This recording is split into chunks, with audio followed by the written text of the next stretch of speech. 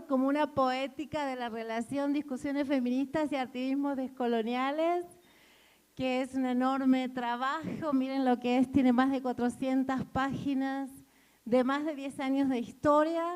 Years of history of our feminism, of post-colonials, decolonials, congresses. I gathered here together with Marta Sierra 10 years ago, and many dear colleagues, some up little by little as co-authors. We're not going to talk about ourselves. We want to listen to you all and to. We really thank the prologue of Marta Ceros. Thank you so much.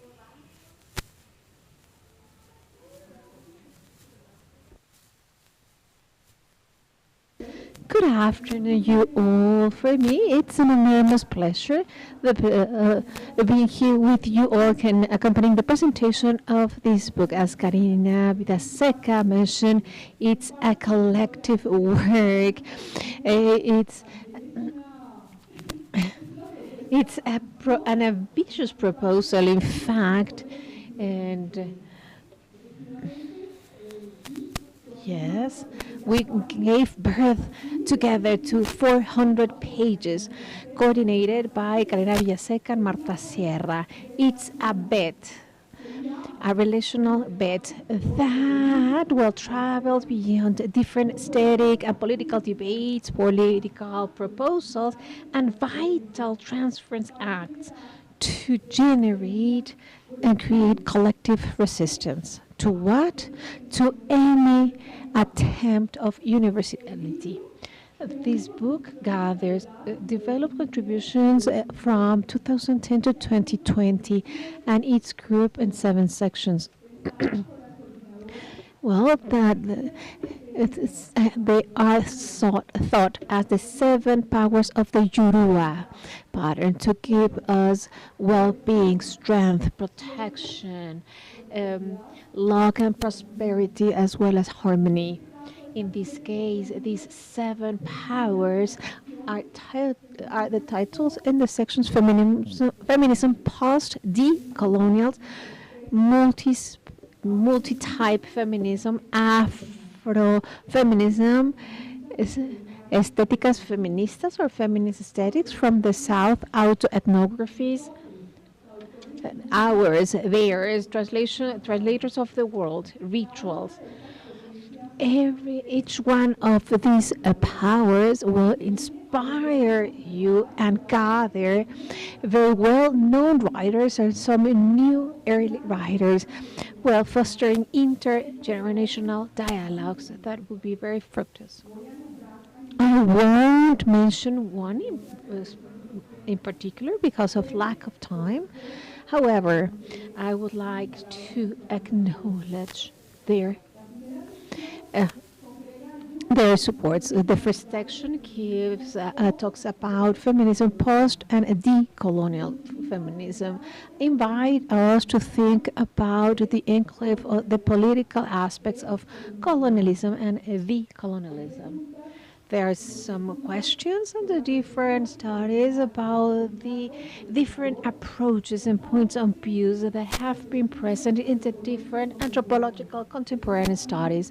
And this really matches the discussions that took place on the previous table. And it refers to resignifying the indigenous category in this changing context. We also reflect upon the different speeches in terms of creating public policies dealing with maternity.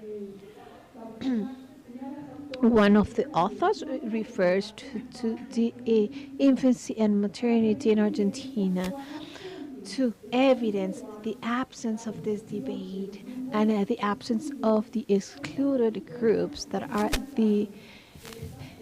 the ones that receive these public policies. These voices are absent in this debate. And it's also really interesting what she mentioned regarding the devices creating feminism, maternity, and femininity. The second one is for multi-type or multi-species feminism.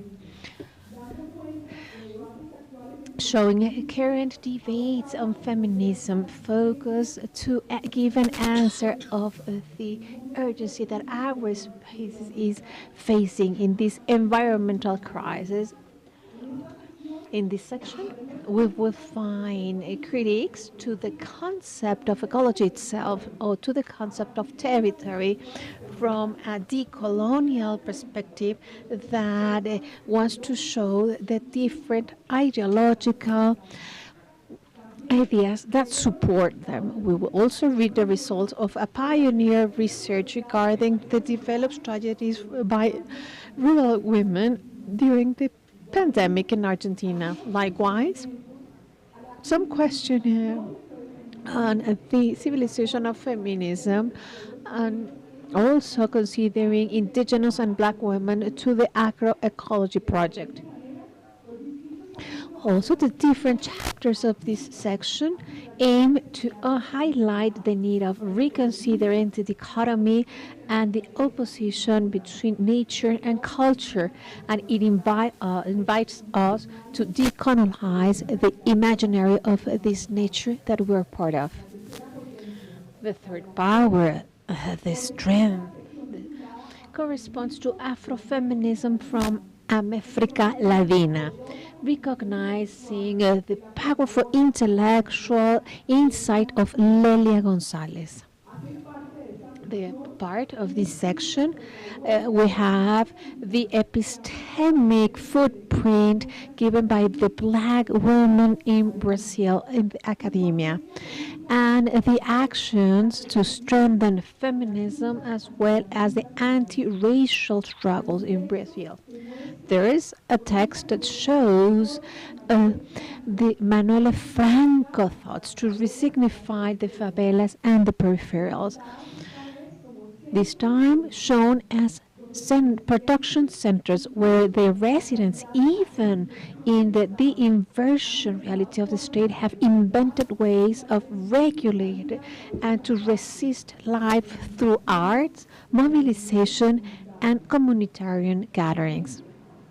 Likewise, in this section, they cover from an Afrofeminism approach the dilemmas related to opportunities, rights, as well as challenges faced in Cuba for the Afro-descendant people. Finally, we will be able to listen to some incisive questions and some reflections, the movement reflections that evoke us to go deep on our bodies, to reflect upon the bodies of the black women, considering it as a part of healing the wounds produced by the racism and the sexism. The four last section, Estéticas Descoloniales del Sur, autobiographies. We, translators of the world, performance and rituals correspond to the power for protection, luck, prosperity, and harmony.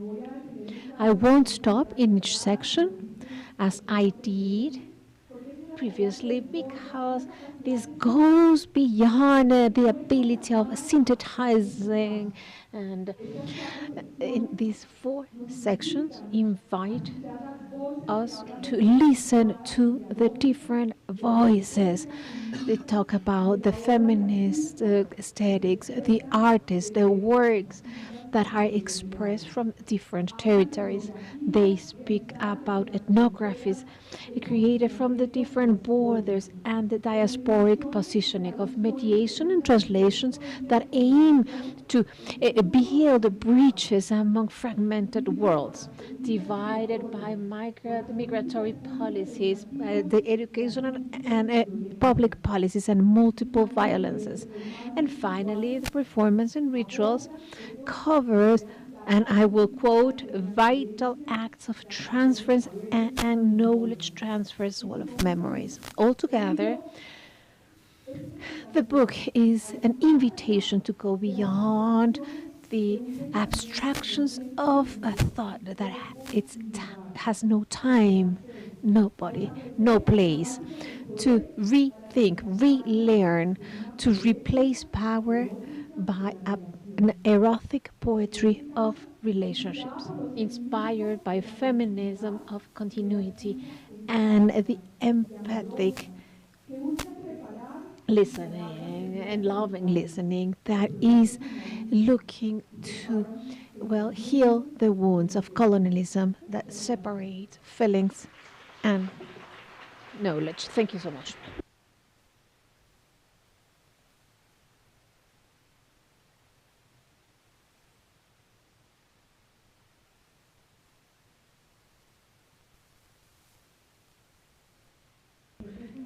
Thank you so much. It is an honor to be sharing this panel with my dear colleagues after our great collective effort in making this presentation right here in front of all of you. We thank the Glaxo editorial, Omar, for making this possible, the addition, the correction, the compiling by Marta Sierra and Karina Villaseco. Thank you.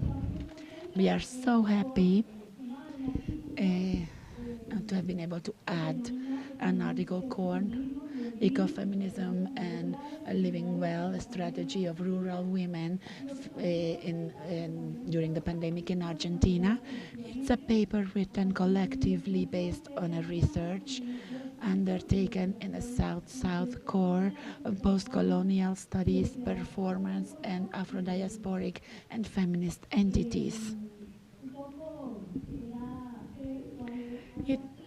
Our intention was to take a look at the context of rural territories, mainly related to extraction violence actions suffered by these people within that context. Talking mainly about Afro-descendant women living on those territories and their struggle in the midst of violence and inequalities. So we asked ourselves, how can we heal this at the same time facing pandemic and this violence? There is no healing without repair and justice. And we invite you to read this book, Love as a Poetic of Relations, this colonial feminist points of view, a different horizon to think beyond capitalism, patriarchy, and other things. Thank you.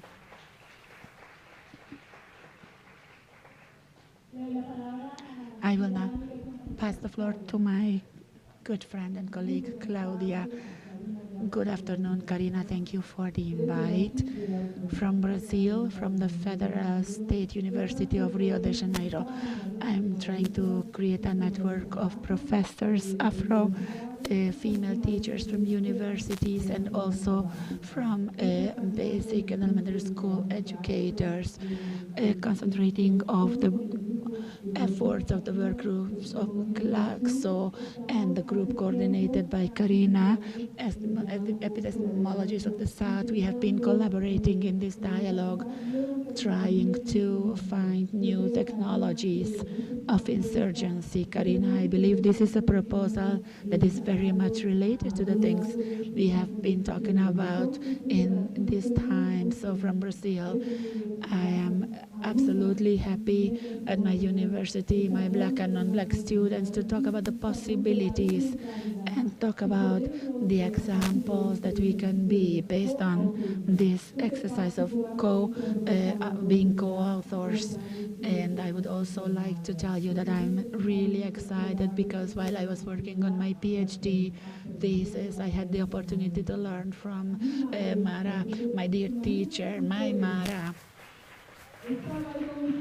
I was a student in Bahia with a scholarship, and I had the opportunity to walk along with her and learn from her. She has always been highly disciplined and talked to us about the importance of reading. So I would like to thank you, Professor, for this opportunity and tell you that you were so important in my education as an intellectual and a university professor in Brazil. Thank you so much for everything.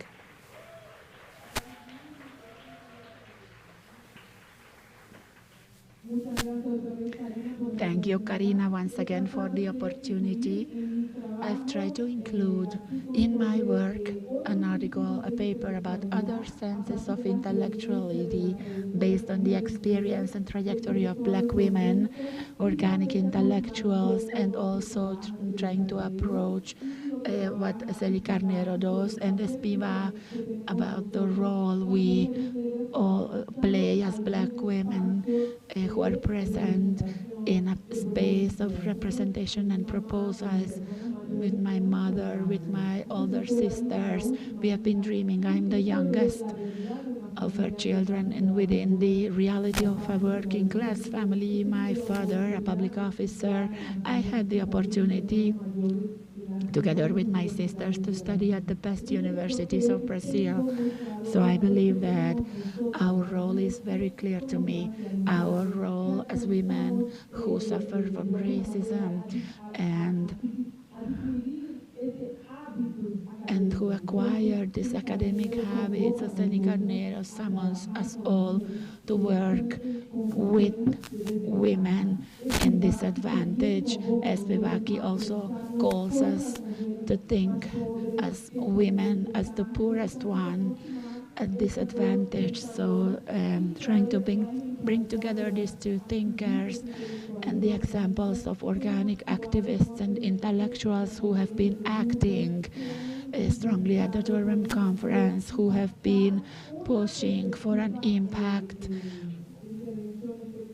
for an effective intervention, also at the UN level, such as the intersectional approach, the documents that we have created during the investigation with Glaxo, the documents we have developed about the condition of racialized women, Black women in Cuba, Brazil, and in Colombia. We have seen that there are comments, mentions of the important participation of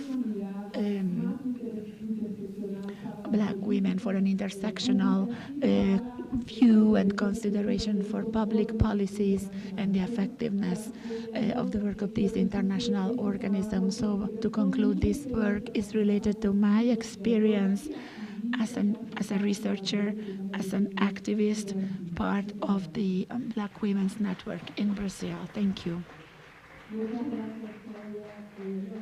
Thank you, Claudia. I will not take long. I'm Michelle Aragon, a young researcher. I'm part of the epistemologies of the South. Caridad Villaseca has been my professor together with Marta Sierra and all of those who are not here today, farmers, women, all the voices that are represented in this book. This book goes beyond being an object because it enriches our libraries, because our libraries, many of them are blank, and we would like to thank Glaxo, the editorial, the publisher, that allowed us to express these voices, because it is very difficult to have access to public universities, very difficult for women to be able to write, to narrate, to tell us their stories. So I congratulate you, Carrie and Marta Sierra. This book will allow us to rethink our condition and situation. Thank you.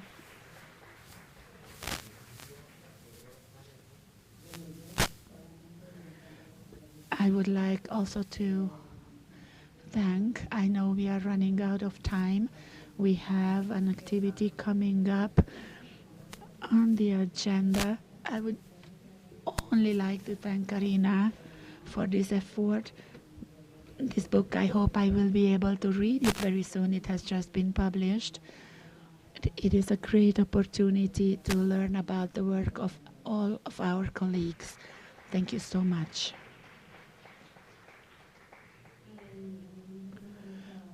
There is nothing more for me left to say but to thank Karina and every person who participated in the making of this book, and to emphasize the importance of this, of what the title, love as an expression of this need of listening to expressing and not denying the experience of others, and also inviting us to assume a commitment, a personal questioning about these very intensive ways of the oppression system still being present. So I would like to thank for having me allowed to participate in this book and this forum as well.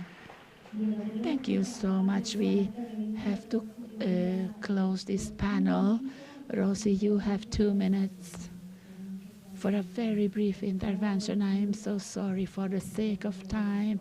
There is Mr. Boaventura and the presentation. Well, we need to go and see the professor. This is an opportunity, a special one, to understand, to extend, to make a commitment to a dialogue between women. Women beyond the line of a colonia or beyond any territory or the classist line, women beyond diversities. We all come together in this effort. I am looking at the polemics, the mythics, the always provoking Cuba, my country. And in this context, I said, well, Cuba today, considering black feminism and inclusion, and I was trying to prove, to demonstrate how racism is reconfigured and what black feminism looks like in Cuba and the rhetoric of this reconfiguration as Afro-feminists provides us with a hope, a transition between sociocultural projects and economic undertakings, and very becoming powerful, more visible, and more hopeful in this Afro-feminist movement.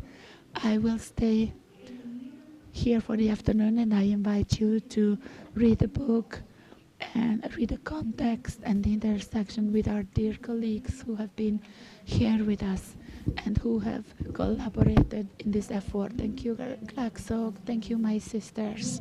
Thank you all. Professor Boaventura, Jorge, Mr. Ramos Tolosa, Nicolas Salata, we will leave the space for you for the presentation of the books.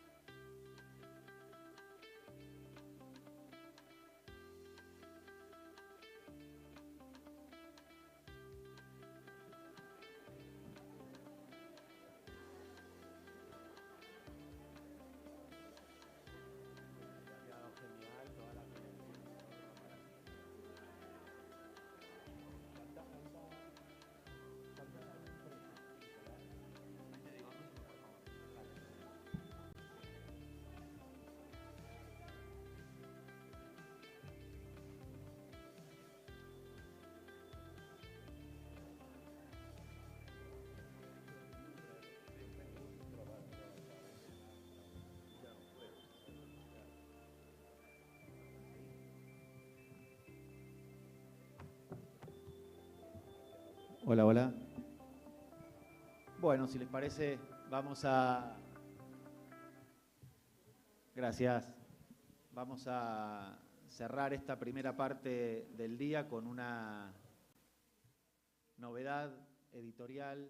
Editorial novelty that has us all very happy in Claxo because it represents the result not only of a long journey but also about a sustained conviction throughout time, and that sustained conviction throughout time has to do with an idea. Without research, there's no education. With production of knowledge, there's no formation. But if there's no formation, there's no future for research. And that conviction is what these great men that we have in front has feed, sustain, and live, especially in a Claxo world with our specialization in South Epistemologías del Sur. It has 7 or 4 cohorts that have, educated more than 5,000 students around the world, and that happily it reaches us with a novelty that is this collection, this series of brief books, Epistemologías del Sur.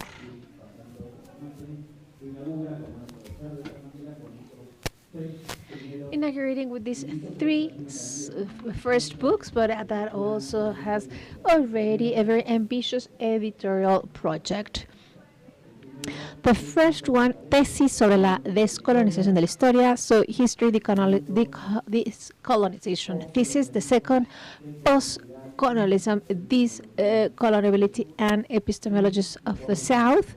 And the 3 first from, for this great teacher, and the third one, Palestine from dear Jorge Ramos Tolosa, that we also have the enormous pleasure to have here in the audience. One more thing, and I will pass the floor to Mr. Boa. This is a project that was not only built surrounding or based on the epistemologies of the South. It was also, as we said in the brief introduction preceding the collection, is epistemophilic. It's not only surrounding ideas and convictions, but also friendship, love, working together, knowing that there's still a long way to go. That's why I also wanted to show with you these 3 first books that are already available for free download in our Claxo library. But we have the physical edition in these very small books. We didn't want to have a huge book, a heavy book, but we wanted to have small booklets for those who are initiating their readings in this Epistemología del Sur. We have all these works that are in process of being published. So thank you so much, Boa, for his friendship, his knowledge, and please go ahead, Boa, so you can talk about this project. Good afternoon, everyone. You're a true colleague. We're really close friends. I'm very sentimental, so thank you so much. I think that we're all hungry by this time, and the epistemologies of the South need food, actually. But simply, I want to tell you that this is a revolutionary project from the epistemological point of view and the production point of view, because for several reasons, there are some small books or booklets. On the contrary, that there was a huge tradition of small pocket books, but not free books. This is a revolution of democratizing knowledge. Mostly because it's not democratizing and knowledge, it's democratized knowledges, different knowledges. And that's why this is not perspective of a person or a group. Not at all. I mean, you can see a list of very diverse people and approaches. So we had to start with something. So these are the texts that were produced and that are perfectly useful to begin with this collection. The first book is, as I say, the thesis on the history of decolonization that was asked. A magazine from India asked me to do this work on these topics. A review, of course, the article for this edition is new for this, and this is something that we need to continue to elaborate. And it's in our plurality of the epistemologists of the South. There are several names that have gone through generations at once that are designed or claimed as decolonizers, others colonials, others epistemology of the South. What are the differences? And well, another one, the other book was asked by Oxford, and it's an editor that hates distribute freely their works, but they are very expensive books. But here we have this book free for you.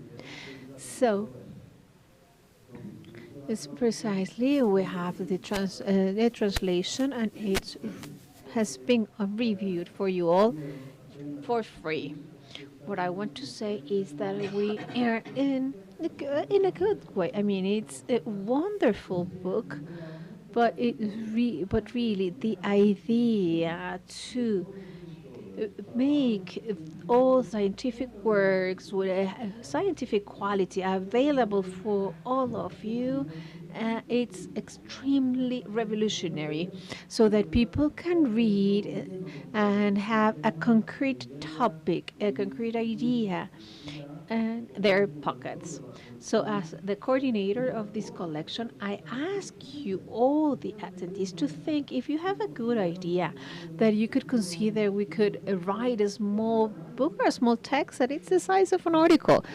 The original, it has 15,000 words. So, and this has less words. So, Claxo will accept proposals. So if there's no global social justice, if there's no global knowledge and availability, so most of all we have to continue to work on this.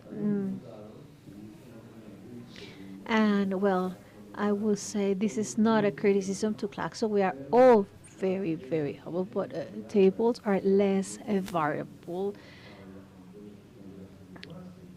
and have not so many topics covering. That's why we have to become more pluralized from our perspectives, and this is an historical process that we're going through, and Claxo is fully committed to pluralize the different voices. And there's other book, and it's for free. It's being distributed for free, and be aware of that. There's in a capitalized society, if something has no price, well, has no value. So this is food for thought. Think that all books published by us are free, or they have a value of use, a high value of use.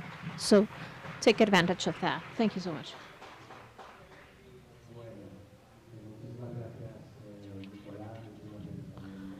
Thank you, Nicolau, Karina, and Maria Paula, for coordinating together with BOA for so many years the international course for epistemologists of the South.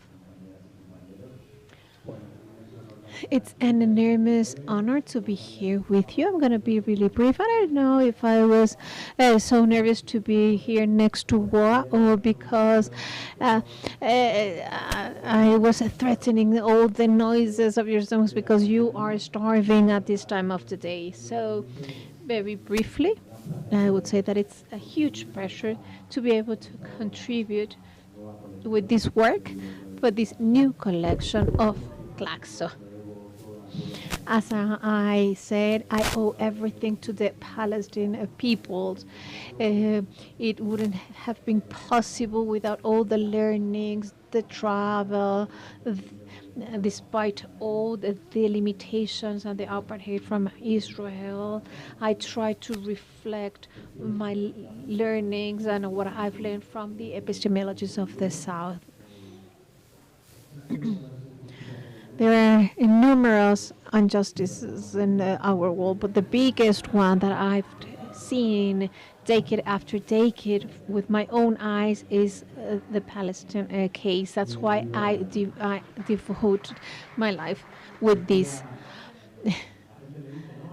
work. I said, okay, do you have a family in Palestine? Yes. Well, you have a little bit of some Arab traits. No. Well, before I used to know nobody. And as Marcos Sana, that was the political press that was in jail because of Frankism. Different ways of living are the best way to live for yourself. So everyone here at the epistemologies of the South really feel that you need to give more from yourself to live. Well, there are two parts of this book to unleash and be released from the Palestine world. As we saw the case of Sirin Abu Akleh, the journalist that was murdered, and we have the predominant speech. So it's so necessary to have different perspectives, not on the Palestinian people, but with and from the people, learning with them. And here the settler colonialism is a key factor to see how the different ways of colonialism are shown in the difference in our reality. The second part is about the different refugee camps as spaces of resistance, the historical extraordinary protagonism of Palestinian women who not only experiment the apartheid and the double patriarchy that Karina talked about, but also the homophobia and gender homophobia, the colonialism that Spiegel was talking about, to try to deny the ability of autonomy and self-management. At this moment, learning with them and listening to them that there are several ways to resist, and this is the way that they are living. Also, the emancipatory character and the huge bet for the of the Palestinian peoples to the learning. Most people from the universities of Palestine are women in a territory, so Cisjordania, Jerusalem, and the Gaza line. They've been able to build up 15 universities, and so 6 universities, and I will also speak about other ways of epistemologies of the South, a way of passing through learning from generation to generation in the oral way, the importance of textile.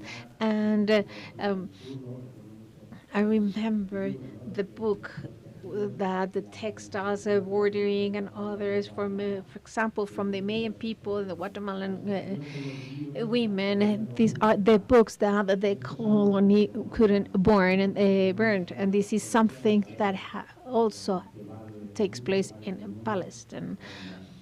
It's extraordinary. And then I will find with the BDS the maximum hope for the Palestinian people, boycott, sanctions, and we invite you all to participate together with the Palestinian society, because everyone can participate and help the Palestinian people to have rights. And I will wrap up with a statement from Gaza Karafani, and I will quote him. He was assassinated by the Sonora 50 years ago. Gaza Karafani and the Popular Front from the Relief of Palestine says, in this world, everything can be stolen and taken except one thing, the love that emerges from a human being with a solid conviction of a cause and a feeling. Thank you so much.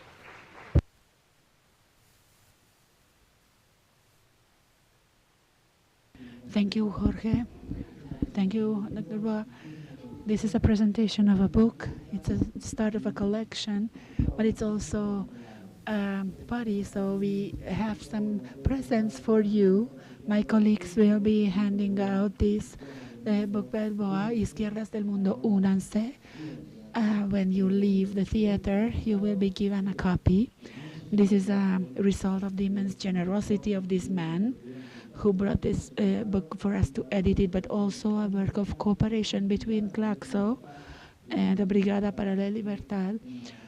It's a movement existing here in Mexico to edit books and give them away free of charge. So it's a virtuous chain. You will all receive the book, and thank you so very much for that.